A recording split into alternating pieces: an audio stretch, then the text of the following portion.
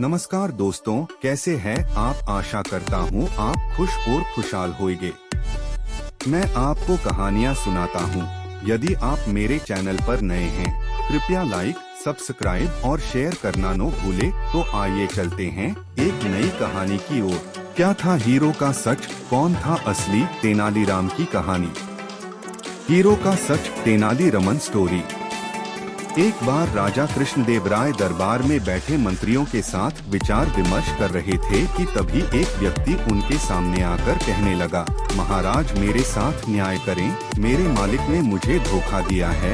इतना सुनते ही महाराज ने उससे पूछा, तुम कौन हो और तुम्हारे साथ क्या हुआ है। अन्नदाता, मेरा नाम नामदेव है। कल मैं अपने मालिक के साथ किसी काम से एक गांव में जा रहा था। गर्मी की वजह से चलते चलते हम थक गए और पास में स्थित एक मंदिर की छाया में बैठ गए। तभी मेरी नज़र एक लाल रंग की थैली पर पड़ी जो कि मंदिर के एक कोने में पड़ी हुई थी। मालिक की आज्ञा लेकर मैंने वो थैली उठा ली। उसे खोलने पर पता चला कि उसके अंदर बेर के आकार के 2 हीरे चमक रहे थे। हीरे मंदिर में पाए गए थे, इसलिए उन पर राज्य का अधिकार था। परंतु मेरे मालिक ने मुझसे ये बात किसी को भी बताने से मना कर दिया और कहा कि हम दोनों इसमें से एक एक हीरा रख लेंगे। मैं अपने मालिक की गुलामी से परेशान था, इसलिए मैं अपना काम करना चाहता था, जिसके कारण मेरे मन में लालच आ गया। हवेली आते ही मालिक ने हीरे देने से साफ इनकार कर दिया। यही कारण है कि मुझे इंसाफ चाहिए। महाराज ने तुरंत कोतवाल को भेजकर नामदेव के मालिक को महल में पेश होने का आदेश दिया। नामदेव के मालिक को जल्द ही राजा के सामने लाया गया। राजा ने उससे हीरों के बारे में पूछा तो वह बोला, महाराज ये बात सच है कि मंदिर में हीरे मिले थे, लेकिन मैंने वो हीरे नामदेव को देकर उन्हें राजकोष में जमा करने को कहा था। जब वह वापस लौटा तो मैंने उससे राजकोष की रसीद मांगी तो वह आनाकानी करने लगा। मैंने जब इसे धमकाया तो ये आपके पास आकर मनगढ़ंत कहानी सुनाने लगा। अच्छा तो ये बात है, महाराज ने कुछ सोचते हुए कहा, क्या तुम्हारे पास इस बात का कोई सबूत है कि तुम सच बोल रहे हो। अन्नदाता, अगर आपको मेरी बात पर यकीन नहीं तो आप मेरे दूसरे तीनों नौकरों से पूछ सकते हो, वो उस वक्त वहीं थे। उसके बाद तीनों नौकरों को राजा के सामने लाया गया। तीनों ने नामदेव के खिलाफ गवाही दी। महाराज तीनों नौकरों और मालिक को वहीं बिठाकर अपने विश्राम कक्ष में चले गए और सेनापति तेनालीराम महामंत्री को भी इस विषय में बात करने के लिए वहां बुलवा लिया। उनके पहुंचने पर महाराज ने महामंत्री से पूछा, आपको क्या लगता है, क्या नामदेव झूठ बोल रहा है। जी महाराज, नामदेव ही झूठा है। उसके मन में लालच आ गया होगा और उसने हीरे अपने पास ही रख लिए होंगे। सेनापति ने गवाहों को झूठा बताया।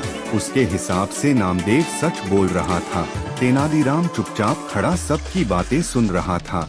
तब महाराज ने उसकी ओर देखते हुए उसकी राय मांगी। तेनालीराम बोला, महाराज कौन झूठा है और कौन सच्चा इस बात का अभी पता लग जाएगा, परंतु आप लोगों को कुछ समय के लिए पर्दे के पीछे छुपना होगा। महाराज इस बात से सहमत हो गए क्योंकि वो जल्दी से जल्दी इस मसले को सुलझाना चाहते थे, इसीलिए पर्दे के पीछे जाकर छुप गए।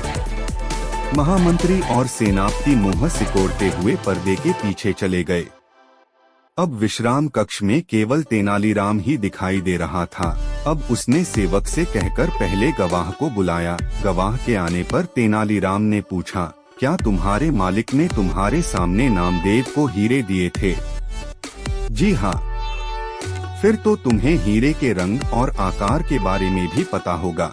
तेनालीराम ने एक कागज और कलम गवाह के सामने करते हुए उससे कहा, लो मुझे इस पर हीरे का चित्र बनाकर दिखाओ। इतना सुनते ही उसकी सिट्टी पिट्टी गुल हो गई और बोला, मैंने हीरे नहीं देखे क्योंकि वो लाल रंग की थैली में थे। अच्छा अब चुपचाप वहाँ जाकर खड़े हो जाओ। अब दूसरे गवाह को बुलाकर उससे भी यही प्रश्न पूछा गया।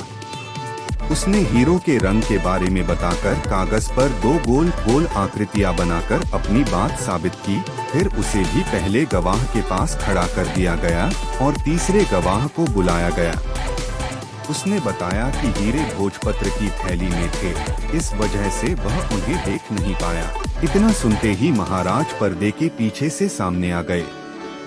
महाराज को देखते ही तीनों घबरा गए और समझ गए कि अब सच बोलने में ही उनकी भलाई है। तीनों महाराज के पैरों को पकड़कर माफी मांगने लगे और बोले, हमें झूठ बोलने के लिए हमारे मालिक ने धमकाया था और नौकरी से निकालने की धमकी दी थी, इसीलिए हमें झूठ बोलना पड़ा। महाराज ने तुरंत मालिक के घर की तलाशी के आदेश दे दिए। तलाशी लेने पर दोनों हीरे बरामद कर लिए गए। सजा के तौर पर मालिक को 10,000 स्वर्ण मुद्राएं नामदेव को देनी पड़ी और 20,000 स्वर्ण मुद्राएं जुर्माने के तौर पर भरनी पड़ी, जबकि बरामद हुए दोनों हीरे राजकोष में जमा कर लिए गए। इस प्रकार तेनालीराम की मदद से महाराज ने नामदेव के हक में फैसला सुनाया। मिलता हूँ दोस्तों अपनी अगली कहानी के साथ, तब तक आप सबको के